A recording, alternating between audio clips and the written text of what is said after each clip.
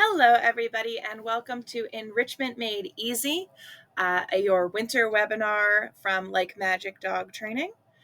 In this webinar, we're going to be talking a little bit about what enrichment is, what it isn't, and how that word has kind of been co-opted to mean a very specific set of things when really the meaning of it is much broader than what it's come to mean kind of in daily use, and how you can incorporate enrichment into your daily life with your dog without really adding a whole lot of time or products or extra steps into your already busy day. As part of discussing enrichment, we're going to talk a little bit about whether or not your everyday neighborhood walk can be considered enrichment and what may or may not make it enriching for the dog, and how to enhance that walk if you decide that it is a good enrichment activity for your dog. And we're also going to go through a whole host of other enrichment activities and other training vectors to kind of consider when you're considering your dog fully enriched from a whole lot of different perspectives and vantage points. So before we get into this, I want to tell you a little bit about who I am and what my training looks like if you haven't worked with me before. So my name's Liz Cummins. I am a CPD-TKA and an FFCP, and what that means is that I have been certified by the Certification Council for Professional Dog Trainers as a dog trainer, and have demonstrated the knowledge to receive that certification and take continuing education that keeps me up to date on behavior and training methodologies, as well as enrichment. And I am also fear-free certified as a professional dog trainer, which means that I make it my responsibility and my mission to limit fear, anxiety, and stress in all aspects of my training, and to limit the amount of any aversive environments that dogs find themselves in. So that dovetails really nicely into enrichment, because enrichment really is at its core about making a dog feel fulfilled and safe, meaning that they aren't experiencing fear, anxiety, or stress. This also ends up being super important to me personally because I do work a whole lot with reactive dogs, fearful dogs, anxious dogs. A lot of my clients have dogs who do struggle in their everyday life in some way, shape, or form. So I am the owner of Like Magic Dog Training. I've owned Like Magic Dog Training. Like Magic Dog Training has been in existence since 2019. And before that, I trained at nearby facilities, started out as a pet owner with a challenging dog, and moved into assisting with classes, observing classes, and then eventually teaching my own pet manners classes, and very quickly have become uh, kind of mired in reactivity, aggression, and fear, behavior modification, as well as family integration and work with kids and dogs, as well as puppy development, which I think of and look at very much as anti-reactivity and behavioral problem prevention training. I am the human mom to Ryan and Cassidy, who are my kind of inspiration for working with kids and dogs. Cassidy is my junior trainer, and you will often see her pop up in some of my trainings and my training videos. And I am pet mom to a whole lot of other animals: Mouse the Pit Bull Terrier, Fig the German Shepherd, and Riz the Chihuahua, the dogs, as well as Karma and Soot Sprite, our cats, and Loki, Basil, and Gorgug, who are assorted reptiles. Loki and Basil are ball pythons, and Gorgug is a Chinese crested gecko. So we have a full house all on our own, even before we have boarders and visiting dogs and doggy friends. So getting into enrichment, I want to talk first about what enrichment is and the goal of enrichment. So this is a quote coming from Canine Enrichment for the Real World, which is a book I highly, highly encourage you to check out for more information and more practical applications of providing enrichment for your pet. Specifically, they have a workbook, which is a little bit more brief on the science and study behind enrichment, and really focuses on practical application and kind of guides you through assessing your dog's enrichment and identifying opportunities for more. Allie Bender and Emily Strong are phenomenal trainers, and they've really presented a really, really comprehensive view of enrichment with that book. So it says the goal of enrichment is for animals in our care to be physically, behaviorally, and emotionally healthy so that they can express their natural or called species typical behaviors. And the issue that we get into this when applying it to dogs is that when we talk about natural behaviors of dogs or species typical behaviors of dogs, is that in many cases with enrichment, we're looking at enrichment really started, and the concept of enrichment really started with looking at zoo animals. And when you're looking at zoo animals, you're looking at wild animals being kept in captivity. And you can look at their wild counterparts, their naturally occurring counterparts, for what species typical behaviors really are, what they gravitate towards, what they need in their everyday life. And the issue with our dogs, of course, is that dogs are not naturally occurring in the wild. The wild counterpart that's usually kind of referenced is wolves. Wolves have their own incredibly complex social systems and their incredibly complex behavioral lives that can have some commonalities with dogs, but it really isn't the same thing. This is not the same species. And so they don't have the same species typical behaviors. Similarly, another place that people go to look at the wild counterpart to dogs is they look at feral dogs or street dogs. Um, Especially in other parts of the world where there are larger communities of street dogs who kind of exist in tandem with the people in the area.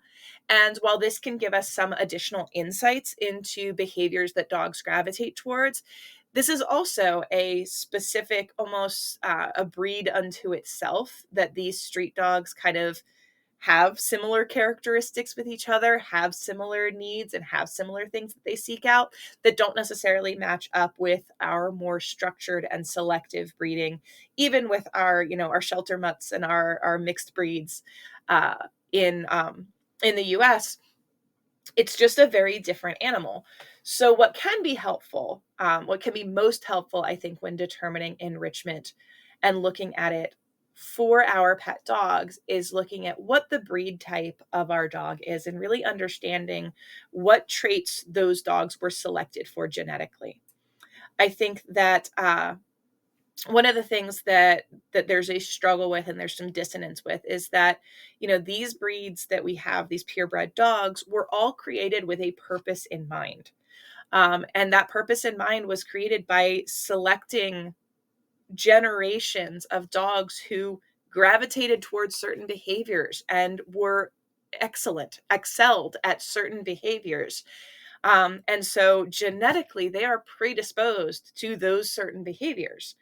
um, and so while I think in many cases, especially with behavioral challenges, we would love to believe that it is all in how you raise them. And if you love them enough and treat them with enough kindness and, raise them well enough that you will not see behavior challenges develop, we often do see behavioral challenges develop because genetically they have a predisposition to desire certain things.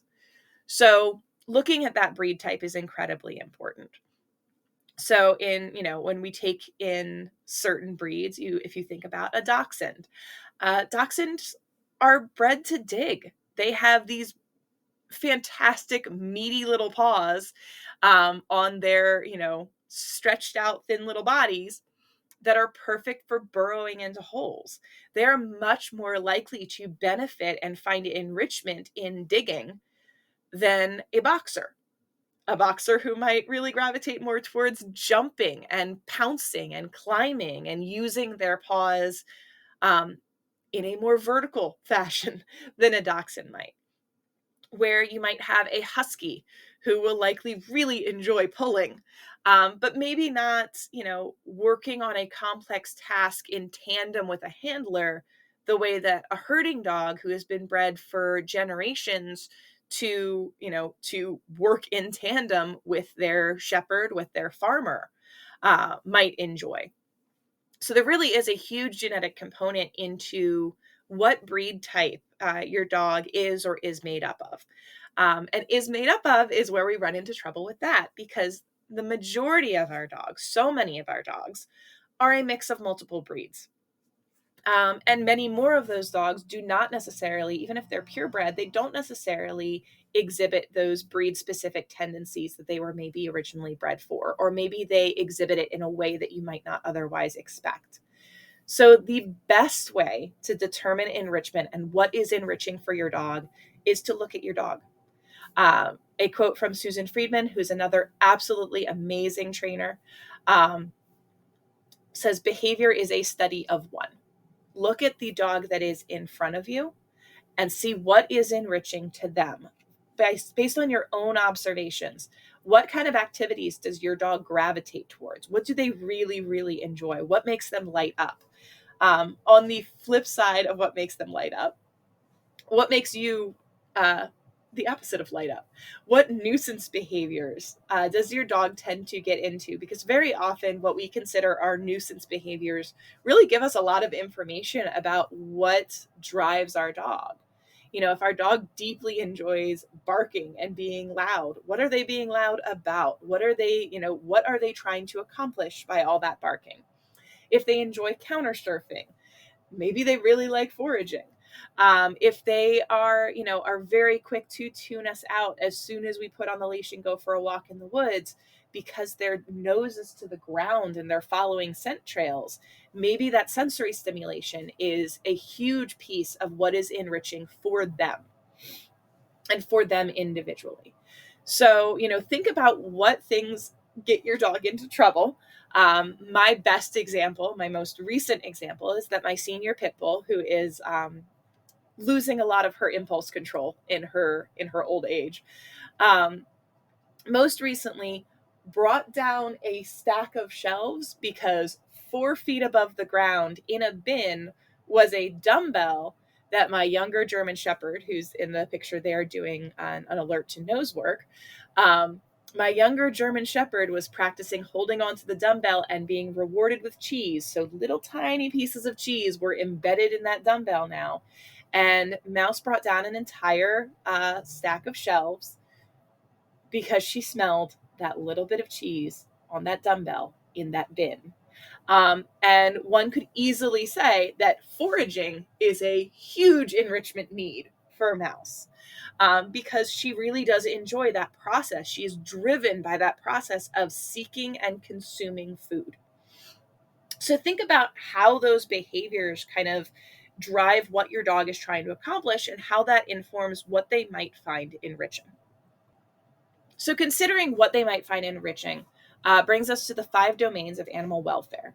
So essentially, these are the 5 different areas that all impact our dog's state of being, their quality of life, and how they are feeling in any given moment. So taking these aspects into account is incredibly important in terms of enrichment. And there are things on here that you might not immediately think of when you think of enrichment the way that product advertisements has defined it for us. A lot of companies very much gravitate towards food puzzles and snuffle mats and toys to provide enrichment. And that is a huge part and portion of enrichment. And those items, absolutely, those products absolutely can be enriching for our dogs. But also ensuring good nutrition, good health, comfort, safety, feelings of security, confident social interactions, confidence in their environment, behavioral wellness, all of that is also factored into our dog's well-being. And if our goal of enrichment is to provide well-being, then all of these domains factor into our dog's ability to be enriched. So something to consider when you're looking at the latest enrichment product is that enrichment is not something you can use to describe an activity. An activity is not inherently enriching. A product is not inherently enriching. It is the dog that's going to tell us whether or not that behavior is enriching, because if it is enriching, it helps them be physically, behaviorally, and emotionally healthy. It allows them to express their natural behaviors. It empowers them and gives them agency. It produces these things in the dog. And so only the dog can really tell us whether or not a particular behavior, a particular exercise, a particular activity is an enriching one for them. It might be for another dog, but it has to be for them. So similarly, you may have heard in your training with your dog, when we're talking about reinforcement, that the dog determines the reinforcement. If a dog says, no, I don't really want treats right now, then it doesn't matter what good chicken you've got. Those treats are not reinforcing to the dog because they aren't driving their behavior. They aren't rewarding for the dog. The dog determines what's reinforcing. The dog also determines what is enriching. And so keeping that in mind is what brings me to talking about neighborhood walks. It's something that I've observed, especially in denser suburban areas and urban areas where very often a walk is necessary for the dog to go potty, that there is a sentiment out there that part of being a good dog owner, part of the necessary um, pieces of owning a dog is that they must go for neighborhood walks. Um, and if I could dispel, okay, it would not be the first dog behavior myth that I would dispel, but it would be very high up there in maybe my top 10. That many dogs do not need a walk, and many dogs do not benefit from their walks, at least not the way that most of us are walking our dogs, or most of us have the opportunity to walk our dogs. That's not to say that walks can't be enriching. Absolutely, they can be. So, to determine whether or not your neighborhood walk is adding value to your dog's life, you want to think through what that walk brings to our dog.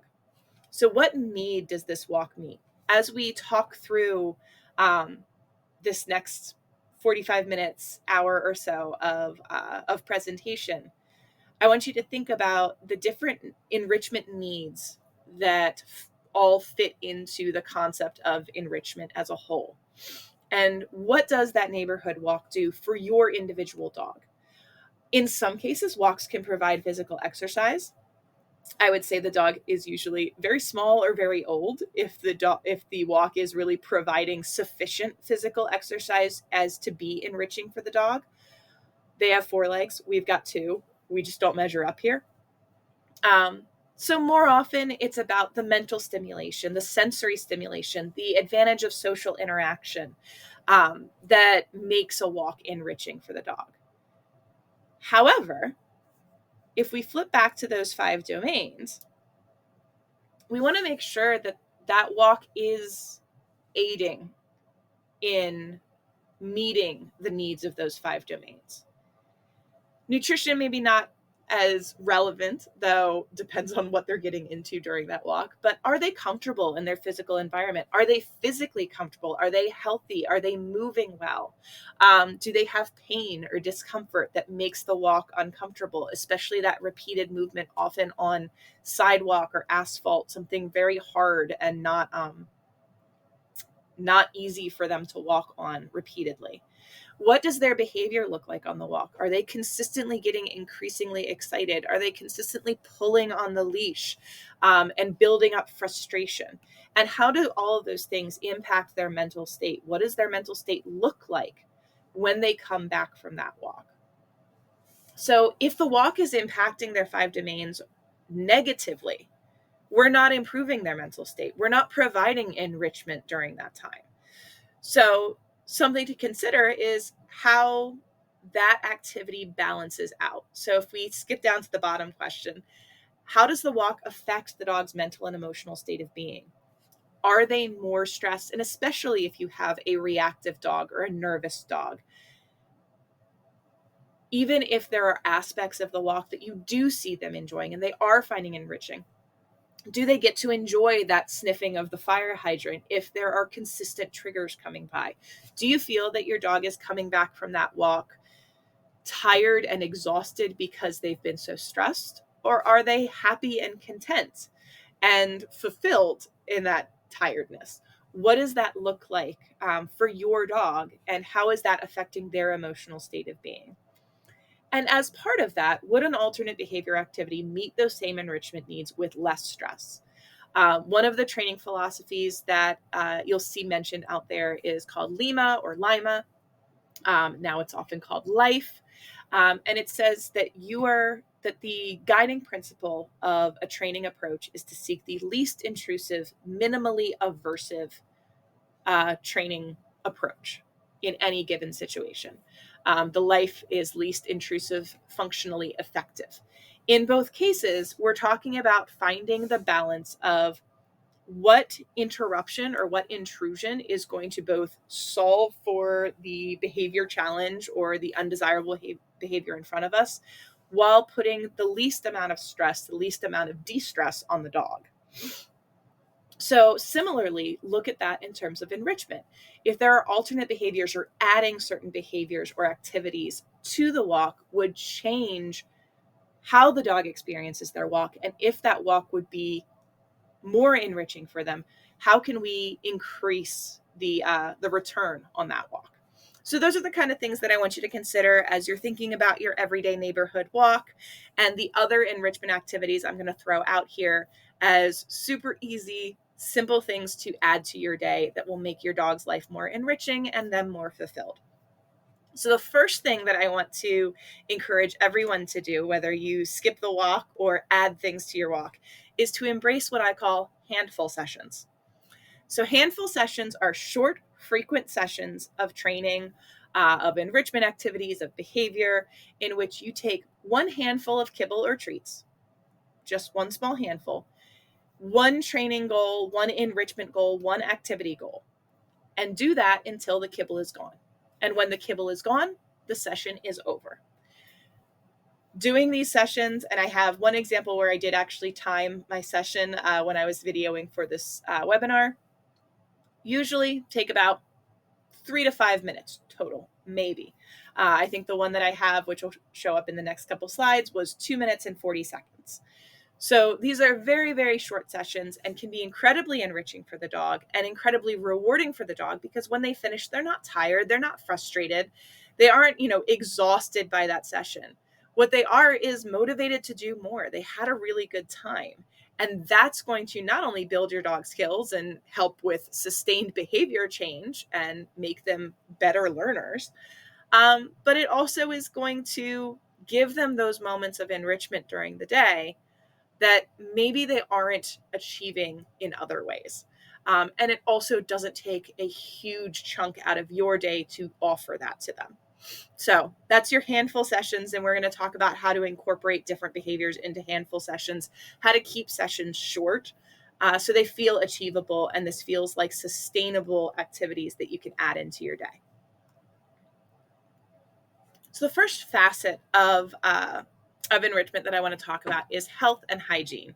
And this might not be something that you necessarily consider when you're considering enrichment activities.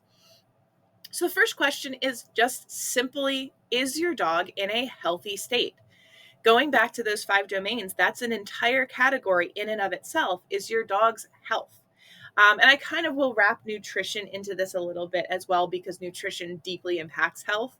But you could even view those two separately, as it does in the 5 domains of animal welfare. So when we're thinking about health and hygiene, the biggest thing is, are you up to date on your dog's vet visits? Is your dog due for a blood panel or a fecal testing? What vaccinations are recommended for your area? Not just, what are required by law or what are required to go to the doggy daycare or go to boarding, but, what illnesses are around? Is it canine flu season?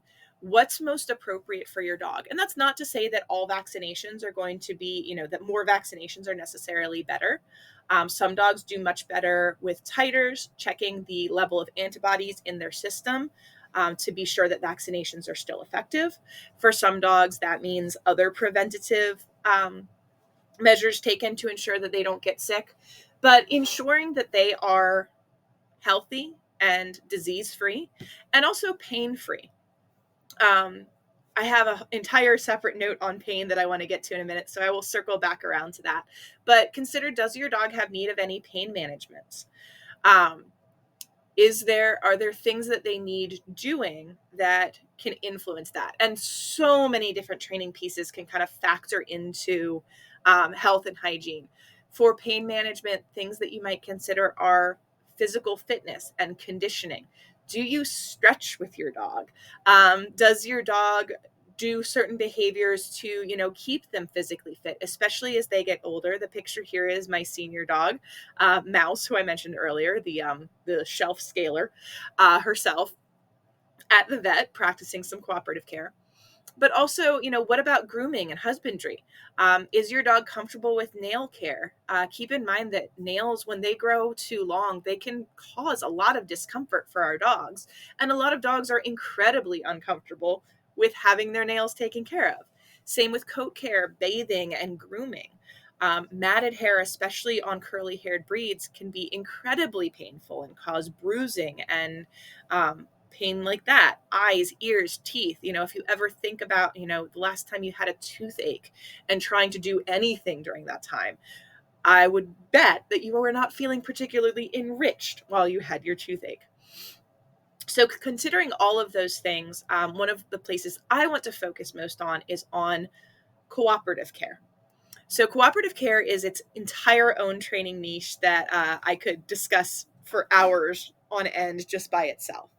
And the idea behind cooperative care is teaching our dogs, teaching our pets how to participate and consent to their own care, to help them understand what's going on, to help them make those behaviors that we need to do to take care of them less of a surprise and less startling and scary for them, but also a way for them to communicate appropriately, ideally without growling, without snarling, without trying to move away, how to communicate their comfort or discomfort with what we're doing.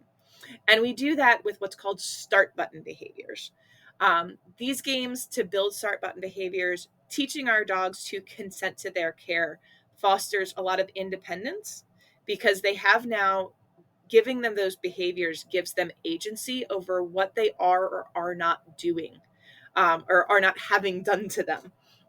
So we give them the option to say yes or no. We also can teach them specific positions that would be more comfortable to have that care done in or are very conducive to cooperative care.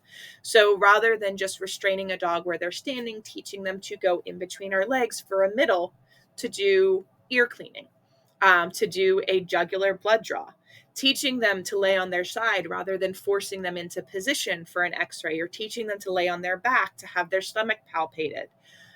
If they're uncomfortable with nail care, teaching them to dig at a scratch board. All of these different things can help build a sense of control for our dogs over what's being done to them, which typically makes them much more comfortable with things being done to them because they feel like they have the ability to say no.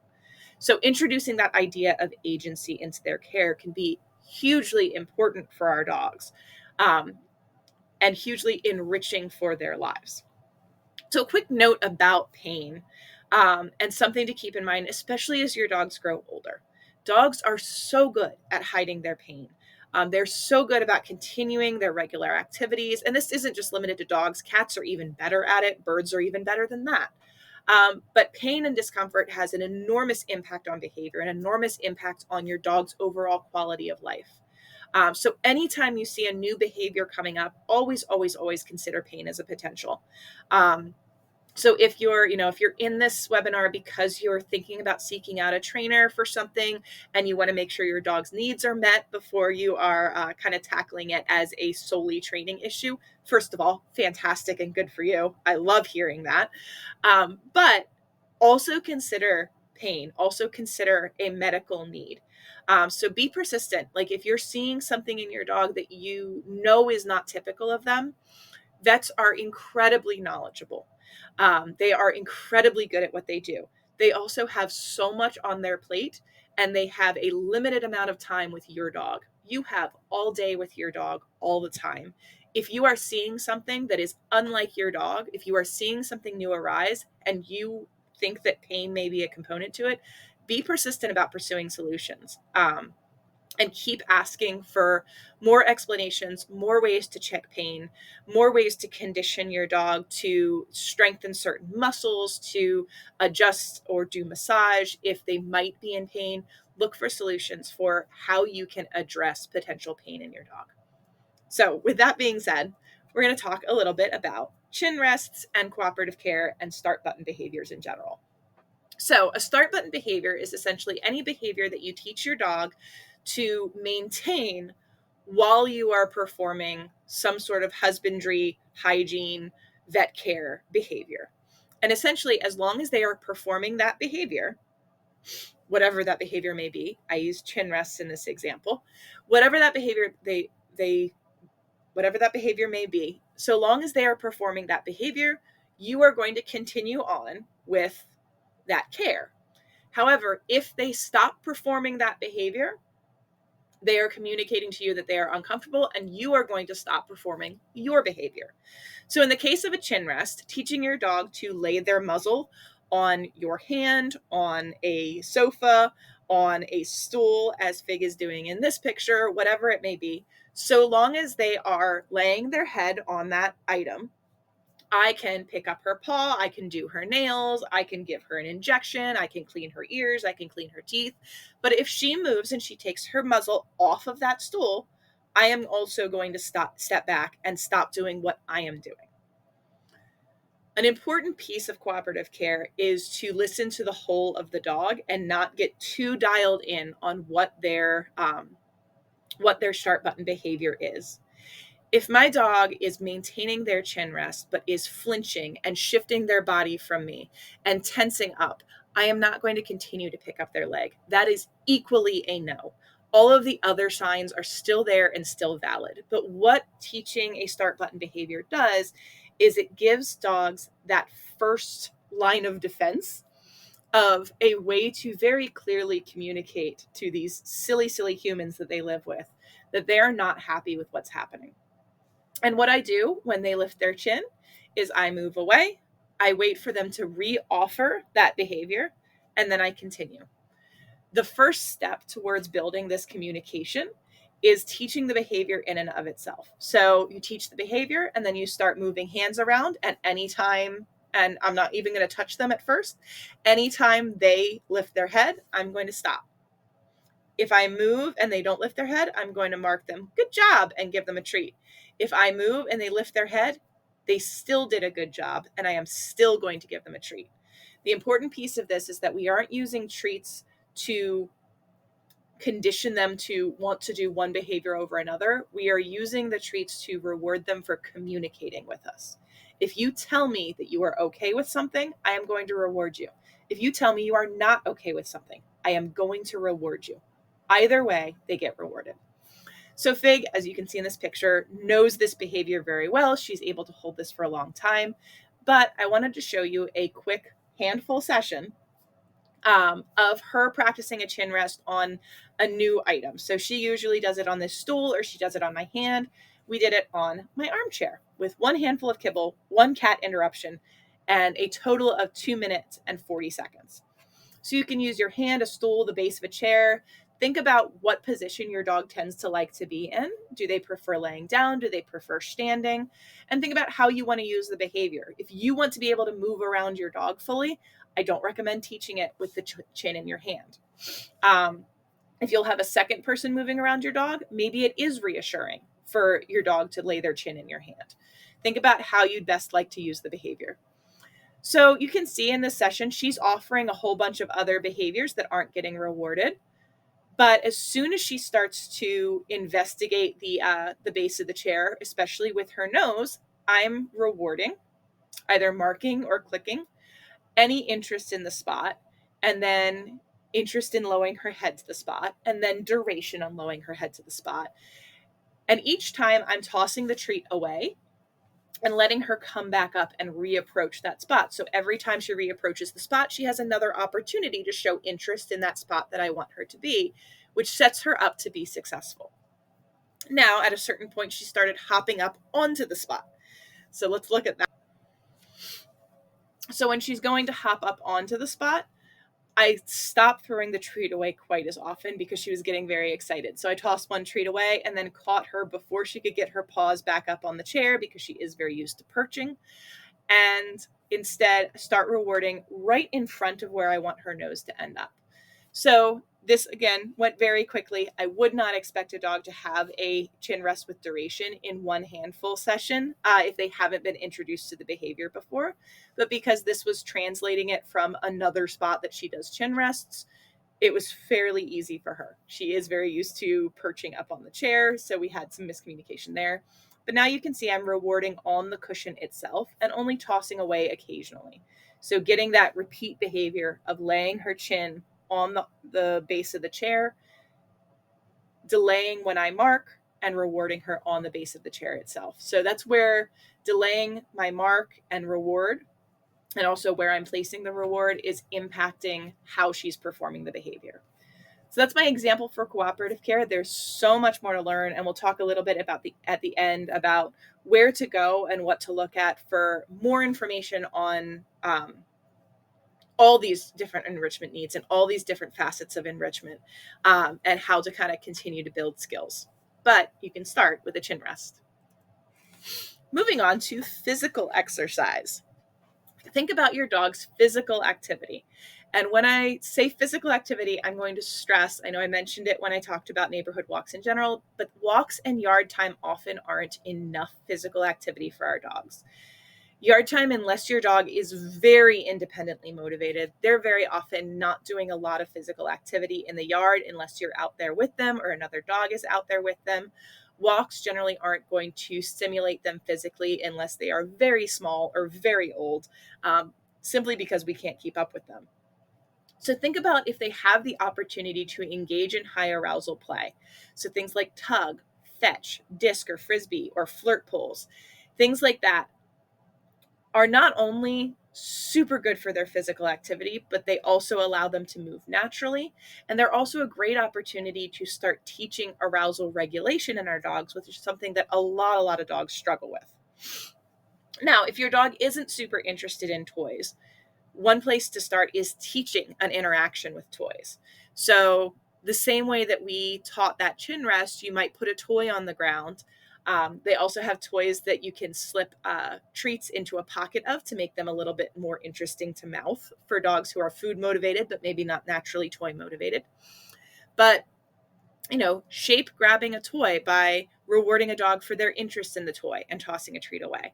And then rewarding a dog for mouthing a toy and tossing a treat away. Rewarding a dog for tugging for a moment and then tossing a treat away. This is also really, really good for dogs who do express arousal with their mouths, get really excited and want to put their mouth on something, because the ability to tell my German Shepherd to go put something in her mouth when she's excited has avoided a lot of nuisance barking, a lot of nuisance nipping, and a lot of behaviors that I otherwise would have had to kind of control in other more overt ways, where now she has the ability to go put something in your mouth, and she goes off and grabs a toy and handles herself and regulates herself with that toy. So let's talk about how to do a handful session on toys and arousal regulation. And this is going to take handful a little bit more metaphorically, because we are going to use toys rather than a handful of treats. But with a timer, very short period of time, you're going to grab 2 tugs, ideally of equivalent value to your dog, ideally ones that probably look alike. You start tug with 1. And you get them really excited, get them having fun with it. Make sure their mouth is on the tug. When you drop the tug, say switch and start playing excitedly with the other toy. Now, depending on the dog, some dogs might really get excited by the movement and immediately switch. Other dogs, like Riz the Chihuahua here, has more possession than predatory instinct. So he wants to keep the toy he has.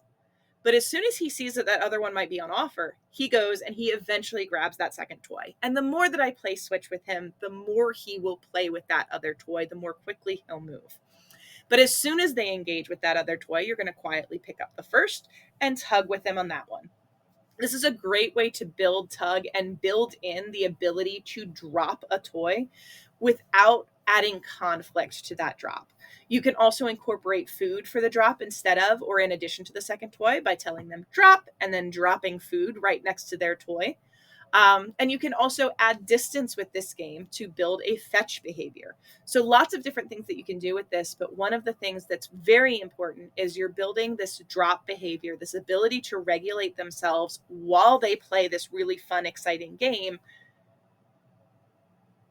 without any pressure, without any conflict, without the conflict of freezing up and making them give you the toy that they have, which for some dogs is super easy, for other dogs is incredibly difficult. Honestly, even more than my German Shepherd, this Chihuahua has a huge amount of trouble letting go of things, letting go of toys, letting go of things he picks up on the ground that he shouldn't have. And so training this drop as part of a fun game has made all of the things that I need him to drop that much less stressful, that much less prone to developing into behavior issues like resource guarding, because he's got this basis of, if I drop, that's what's going to trigger the next fun thing to happen. When I say switch, it means that something really fun is going to happen. He's going to get to play again if he just lets go of the dead toy that's in his mouth that's not doing anything exciting anymore. So it ends up being this really exciting game that also carries over into other aspects of their life and makes them less likely to pick up and steal things that they shouldn't have. So that's our physical exercise piece. And then I want to move on to sensory stimulation, which is one of my absolute favorite things in the world.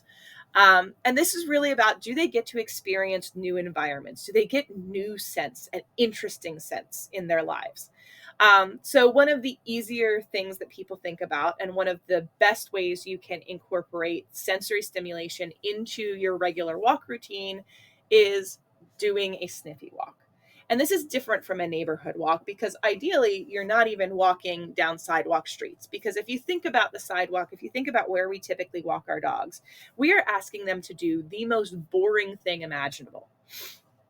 Not only are we saying, hey, walk at my pace, which for you is really, really slow, we're saying walk in a straight line, which is not a dog's natural way of walking. They do not gait at the same pace.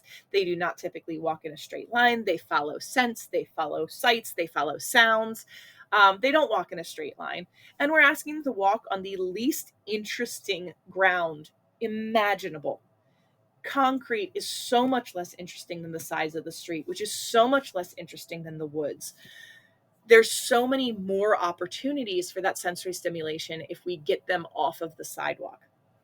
So ideally, having them on a longer leash, or at least a loose leash, where you're letting them kind of dictate what direction and how they want to kind of move back and forth or change pace. And ideally in some sort of green space is a great way to get on a sniffy walk.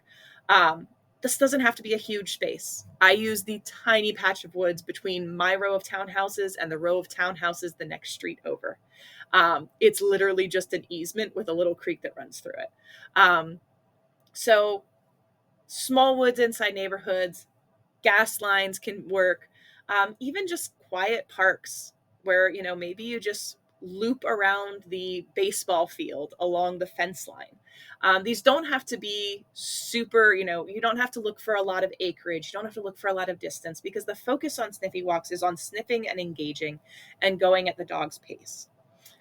That's not always going to be convenient. So the other way that I wanted to present the idea of sensory stimulation is in creating a scent box. Which means taking a lot of different scents that are just novel to the dog. You can ask friends, you can collect your own, but taking that and putting different things in jars or Tupperware. I like to use the metal shakers that are, kind of old school, like salt shakers or like powdered sugar shakers. And putting all sorts of different things in those. That can be hair from other dogs. That can be scoops of dirt from different grounds. That can be bird nests that have been abandoned. That can be one of the things you'll see me gather is a scoop of dirt and snake skin from my snake cage. All sorts of different stuff. And let them explore that. Either put it down in front of them with all the different shakers right there for them to sniff, make a big circle and see what they gravitate towards. You can hide different things around the house, see what they kind of seek out, but create a scent box for them to experience different things, different senses, and different items for them to explore. So this is what your scent library might look like. I have some sheepskin toy. I have antler scent on a tissue. I have the snakeskin dirt. I have a little tiny chucket ball. I have some cat hair. And I do have some nosework oils because the sport application for a lot of really good sensory stimulation is doing nose work. And I did reward all of my dogs and cats for finding the nosework oil scented shaker. But the biggest thing is try to avoid food items. So samples of anything that might be novel or interesting to your dog, and collect them and keep them in a little box where you can put them aside, and then let your dogs seek them out. Let them search for them. Let them sniff for them. Let them find them on your sniffy walk in the woods. Kind of toss them out before you go on the walk. Big thing is try to avoid food items. Food items might prompt frustration because this is not about foraging. This is not about getting access to the source of these scents. This is not about interacting with the source of these scents.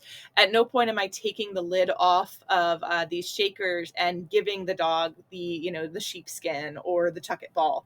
And if there are food items in there, that could prompt frustration for dogs who really want to get into those things. And if that's not the goal, or that's not something you're able to let them do, this could be more frustrating than it is enriching.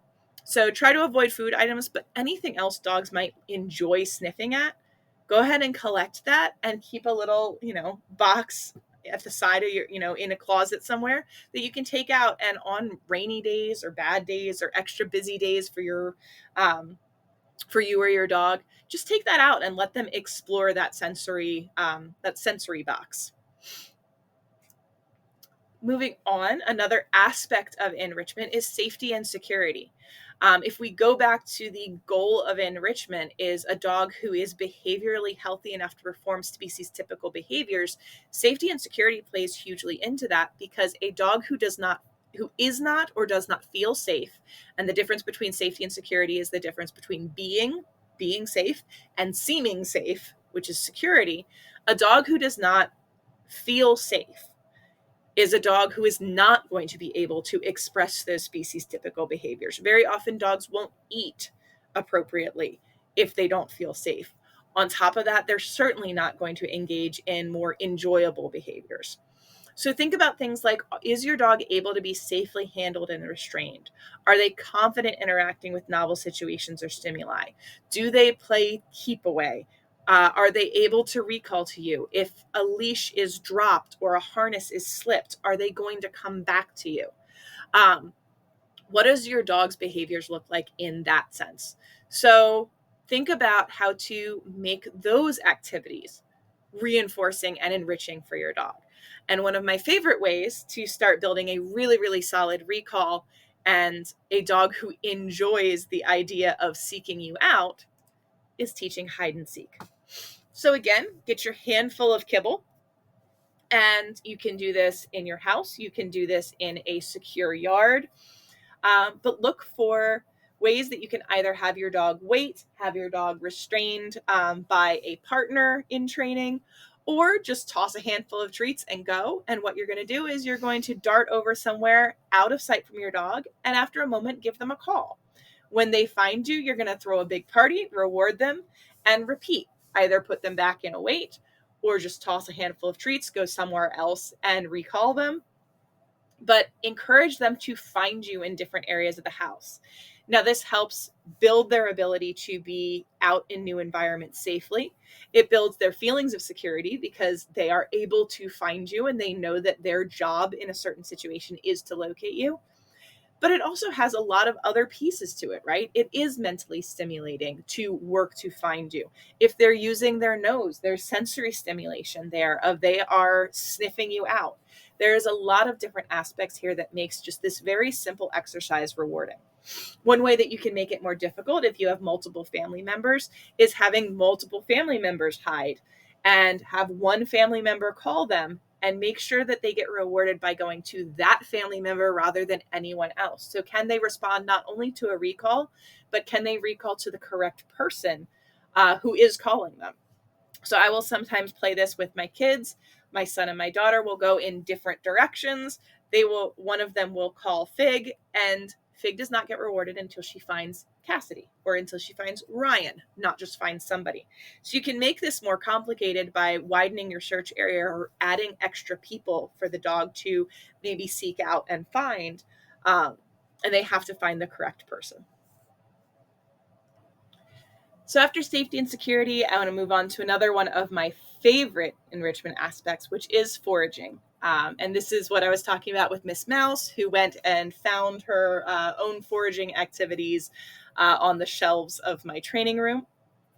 But the idea behind foraging is, while there is an aspect of sensory stimulation to it, the goal is to find and seek out food.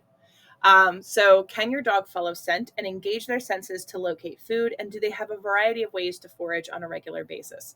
Foraging is a huge one for most dogs. Dogs are genetically predisposed to scavenging, and foraging is a huge need that is present in any breed mix, any variety of dogs.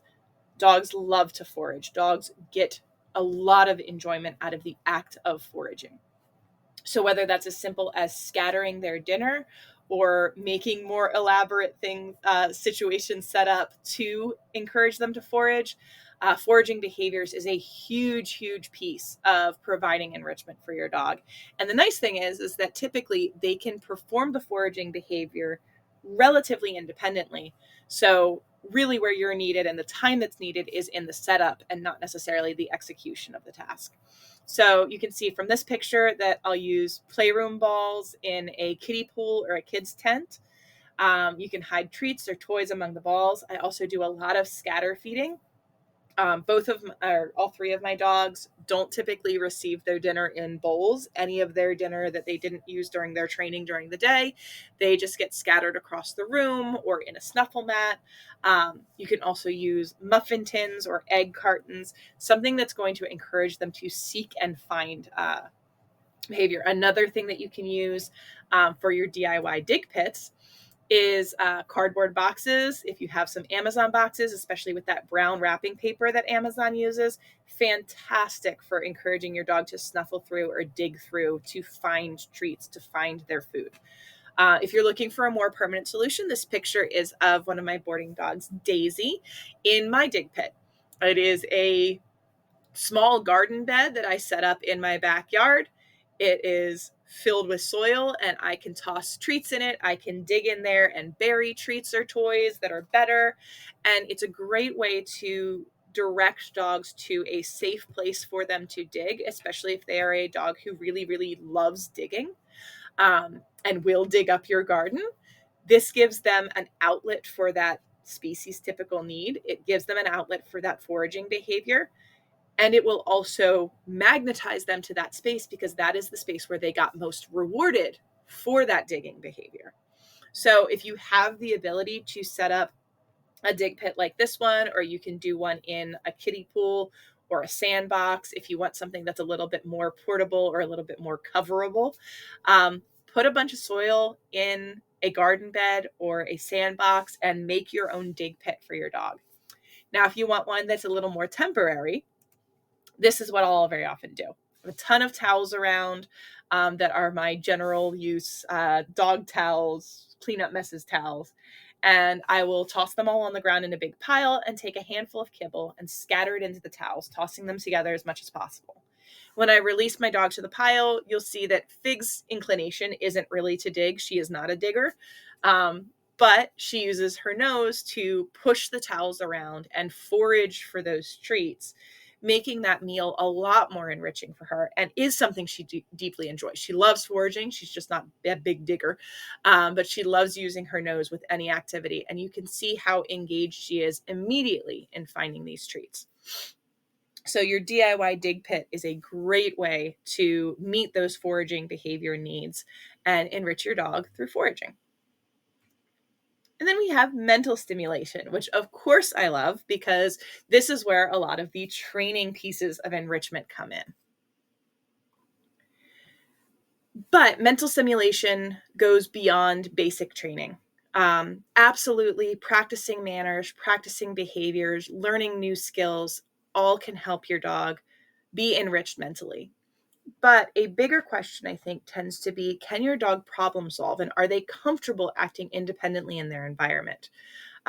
For mental stimulation, I really like to go back to, when I'm looking for something that's truly enriching, I like to go back to that concept of agency and independence, because a lot of manners training can be done through luring a behavior, showing them this is how I want you to do this, and then them repeating that task.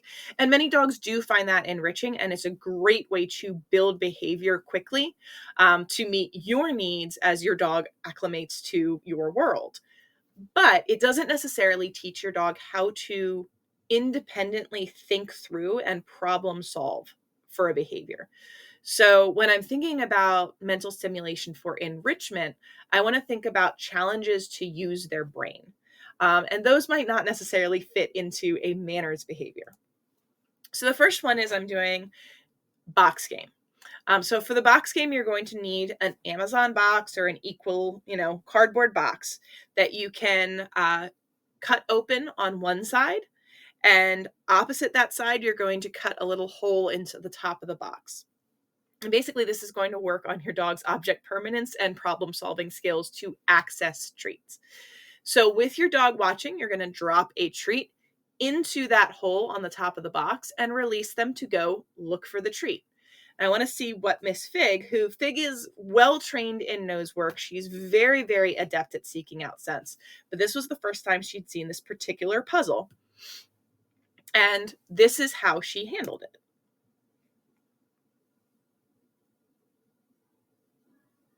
So she immediately goes to look in the box, but she is very certain that the treat should be in the box and is almost surprised to find it on the floor. So I thought that was very interesting in her problem solving. And even afterwards, she's still kind of nosing at the box. Like she feels like the treat should still be in the box, which makes sense because she's done a lot of work where treats and scents are located in closed containers. So when the container is opened, the scent or the source is still in the container. And again, she finds the treat and then goes to continue looking in the box like there should still be something there.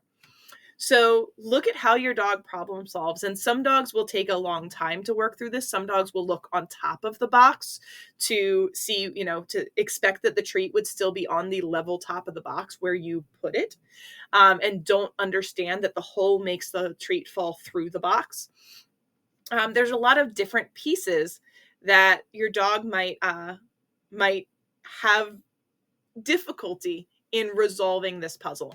So lots of different training games that you can play. Tricks are a great way to build that same problem solving because you can very often kind of reward almost achieving those behaviors. It's a process called shaping, very similar to how we introduced teaching the chin rest at the beginning of the webinar. Which also gets them problem solving. There's a ton of different cognitive games and challenges you can do to help your dog build this resilience of problem solving independently without your assistance, that forces them to think about things in a slightly different way than maybe they typically do. So moving from mental stimulation to calming and relaxation. So this is the last piece, and this is also an important part of enrichment. Because not only is it important for your dog to have a predictable routine and know when they can relax, when they can get excited, but they also do need to be flexible when that routine shifts. And they do sometimes need to know how to relax even when they have energy. And while dogs sleep a lot, and I think we think of dogs as being generally relaxed creatures, just because a dog is asleep doesn't mean they know how to just settle. And teaching them how to settle is an incredibly important part of their fulfillment and of their ability to be enriched. So, do they know how to relax in known environments? And the more difficult question is then, can they relax in unknown environments? So, starting to build that, a great way to use your handful session is on the 2-minute timeout. So, 2-minute timeout is exactly what it sounds like. You're going to spend 2 minutes with your dog relaxing. So this is a very quick video because I did a time-lapse video of the full 2 minutes of Miss Fig relaxing. So I'm going to tell you what we do first, and then I'll let you watch the video. So I'm going to take a handful of treats. As your dog gets better about this, you might want to count out the number of treats that you have. So for Fig, we used 10 treats I had in my hand. I think I used 3 of them during the 2 minutes. Initially, while your dog is learning, you're going to take those treats and you're going to take the treats right in their nose, and you are going to lure them into a down. I know I just said luring doesn't have a lot of connection to enrichment, but in this particular case, I want to show them the position I want them to be in, because I want to make this part easy for them. And I also don't want to cue a down, because if your dog has been trained in manners and knows how to lay down on cue and you tell them down, they're going to snap into that training mode and they're going to go hit the ground in a down and go, all right, what are we doing next? And that is not calming or relaxing. So I'm going to lure them into a down, and I might reward them a few times for that down. And then I'm going to continue rewarding them, but for progressive signs of relaxation. Now, for a lot of dogs, they may do this, what I call performatively. They aren't necessarily actually relaxed when they offer putting their chin down. You see her in a chin rest again here, putting her chin down, cocking their hip out to the side, glancing around the room, all things that make a dog appear more relaxed. They may be doing it to perform because they know that that gets them treats in these moments. But similar to how dopamine is released when we smile and will make us happier, when your dog physically assumes positions of relaxation, they will progressively become more relaxed, especially the more they practice this. So work on rewarding for moments where your dog shows inclination to relax, and also reducing the number of treats that they need to be given in order to hang out with you for 2 minutes in a relaxed state. The other advantage of not cueing the down is that if they do get up, if they do have to move around during this session, they have not broken any cues. They haven't broken any behavior. You didn't ask them for anything. So you just re-lure them into the down and you can resume from there. But over time, you want to get a more consistent down, and you want to have them rewarded less and less, to the point where you can count out 10 treats, or you can only reward them once or twice during those full 2 minutes. So let's take a look at Fig's 2-minute timeout.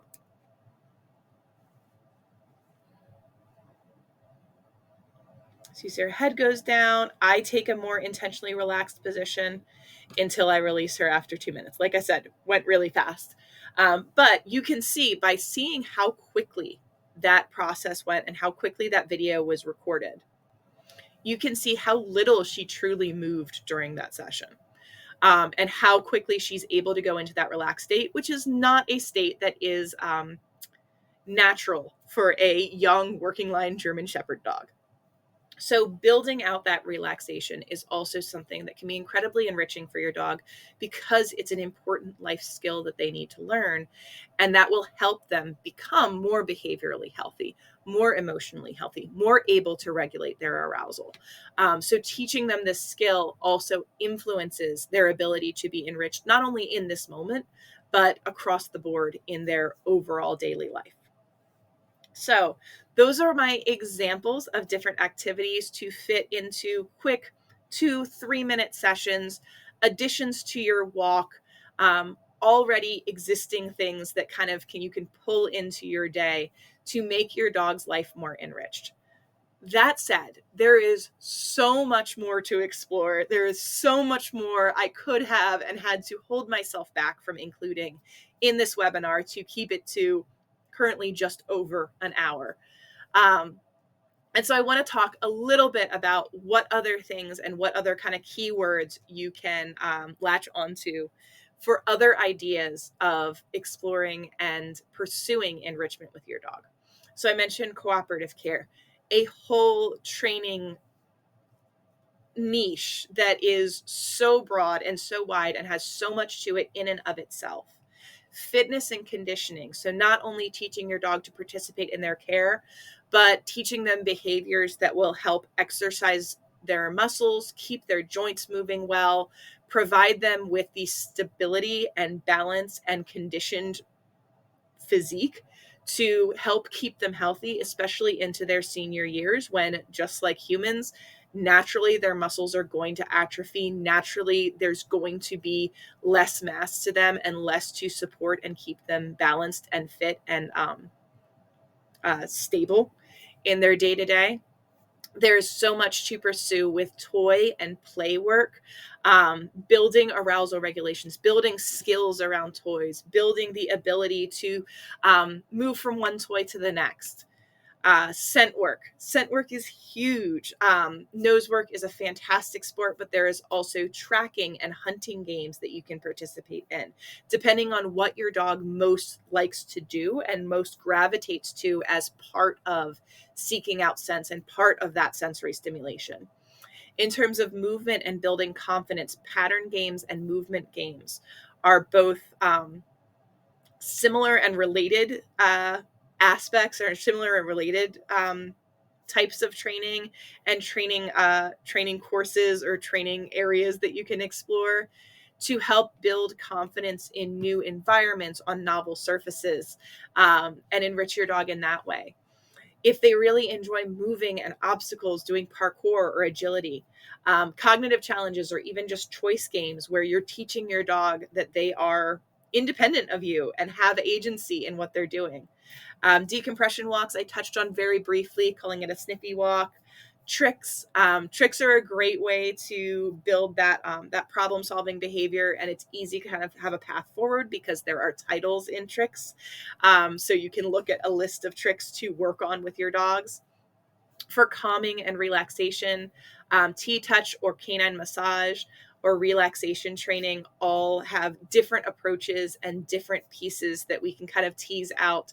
And honestly, there could be webinars on each and every single one of them, these aspects, courses on every single one of these aspects, and they are out there.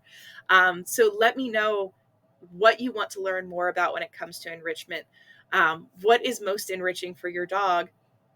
And remember that ultimately, when you're deciding what to explore to enrich your dog's life, what it boils down to is anything with you. You are your dog's entire world.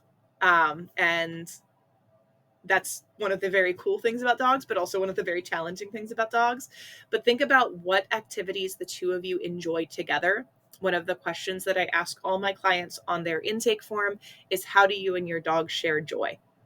Think about how you both share joy. And if that is truly bringing both of you happiness, that's the direction that you should increase your enrichment. And that's what's going to impact both of your quality of life the best. So lots and lots of different areas to explore when it comes to enrichment. I hope these first activities seem sustainable, seem easy to incorporate into your day, easy to access, and have helped give you ideas of how to make your dog's life even more enriched. And I hope you join me for my next chat, which is going to kind of focus in a little bit on cooperative care and talk about building happier vet visits. And that'll be airing on March 4th, 2025 at 6 p.m. So if you want to get in on the Q&A and on the recording of the webinar, I absolutely encourage you to join me there. You can also reach me with questions at my email at liz@likemagicdogtraining.com, on Facebook at Like Magic Dog Training, Instagram at Like Magic Dogs, and TikTok at Like Magic Dog Training. So I hope to see you soon. And for now, enjoy your enrichment with your dog. Bye.